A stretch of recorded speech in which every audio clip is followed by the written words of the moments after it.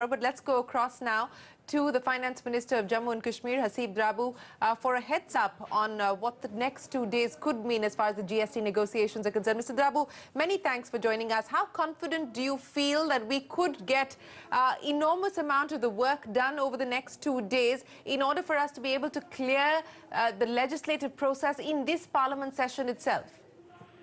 But I think we are now moving, we've been moving over the last 4 or 5 meetings incrementally because these are matters of legislative and legal matters. So it's every article of the draft law is being discussed. And my own sense is that we will spend 2 more days trying to clear up the remaining parts of the law so that it can catch this session of the Parliament.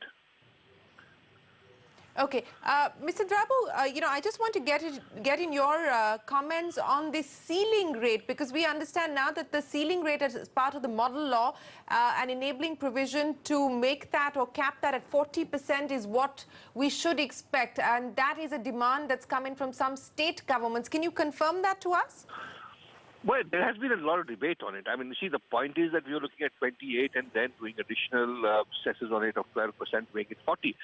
But what you're thinking behind this has been that you should allow this rate as an enabling rate so that you don't have to get into a legislative tangle subsequently with 28, 30 states having to go back to their assemblies and change this. So it's more about giving flexibility than about the design of the tax, because this is a huge reform which cuts across different, I would say, 30 economies, 30 administrative setups.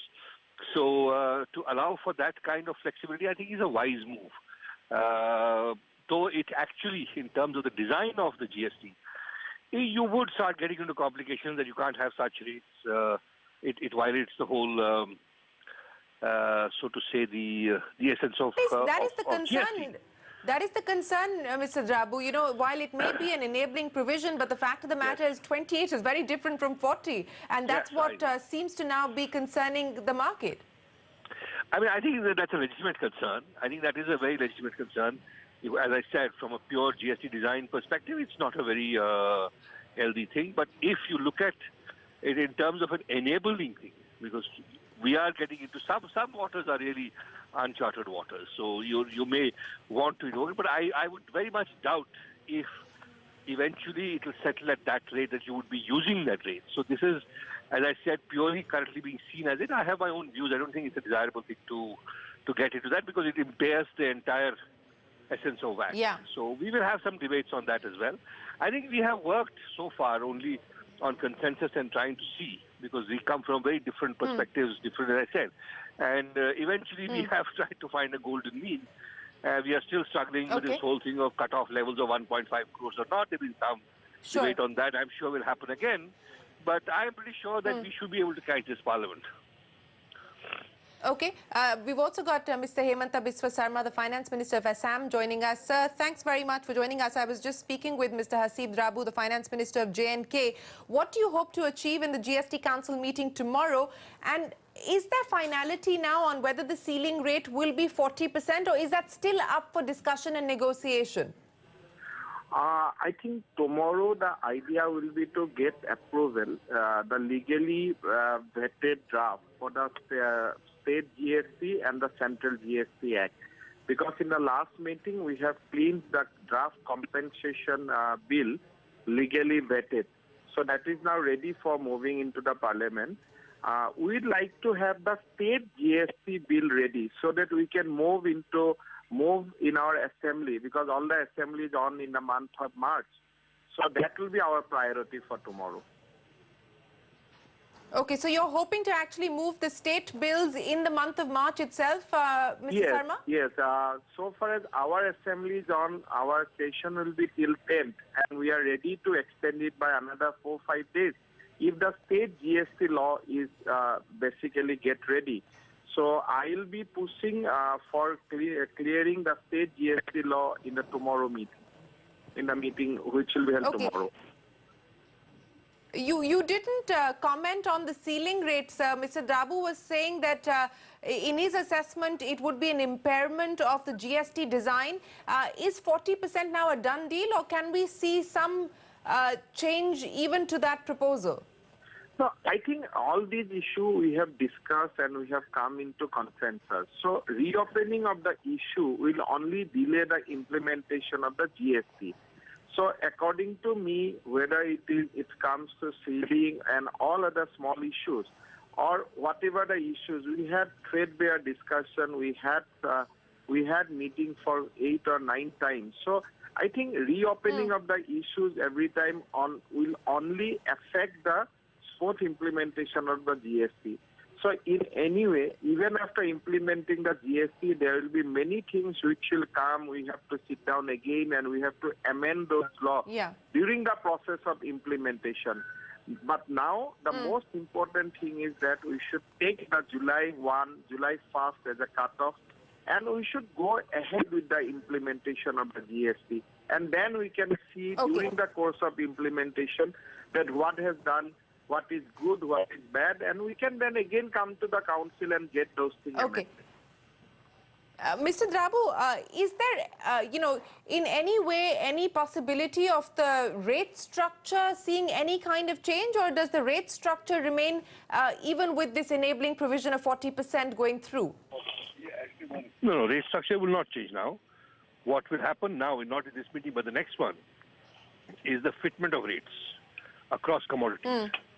So you'll try and funnel the current rates into the rate bands of the GST. So you would not, the rate structure would not change. As I said, 40% an enabling rate, it's not a rate that's a defined rate. So you would tend to see in the next, not this meeting, not tomorrow, day after, but in the April meeting, which will perhaps be the last one, second last one before we finalize, would be where the rate fitment for GST commodity will be done. Okay. Where does this demand for 40% come from, Mr. Drabu? Because clearly you have reservations on this. Who's pushing for this 40% enabling provision? Well, there are states which are going to face a huge loss, and they are looking at different rates, current patterns of their revenue mobilization, and they're coming from that perspective. And sectors like real estate are being now added and all that, which is the most discomforting part of it. Okay, so gentlemen, before I let you go, Mr. Sarma believes that 1st of July is likely to be a realistic target for the GST rollout. Do you share the same optimism and confidence, Mr. Drabu? I would be much more comfortable with 1st September. Lots of loose ends we tied, particularly the IT networks and states' preparedness.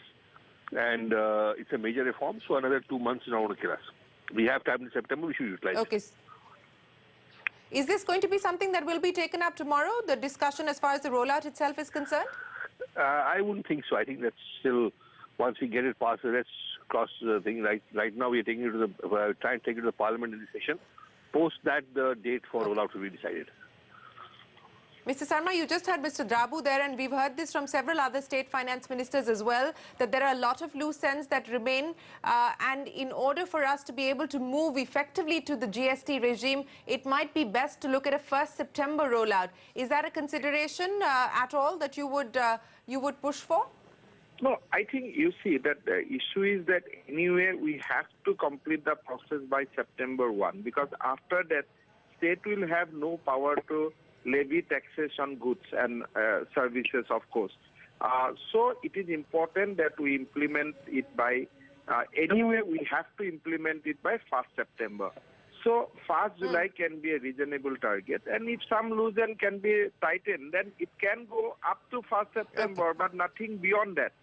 So my idea will be that we should push, we should set a target of July 1st. We should start working on it. And then if circumstances compel us to defer it by another month, or, I mean, in any way we can't go beyond 1st September. So I think we should go, we should do it quickly, and July 1 should be our target. But there will be no tussle on that. If my friend and my other colleagues are comfortable with September 1, then we will be happy to go by that. That will be not a point of conflict in any way. All right. Thank you very much, gentlemen, for joining us here to give us a heads up of what we should expect tomorrow. We will check in with you post tomorrow's meeting. That's the finance ministers of Jammu and Kashmir and Assam taking us through what could be expected at the GST Council meeting tomorrow.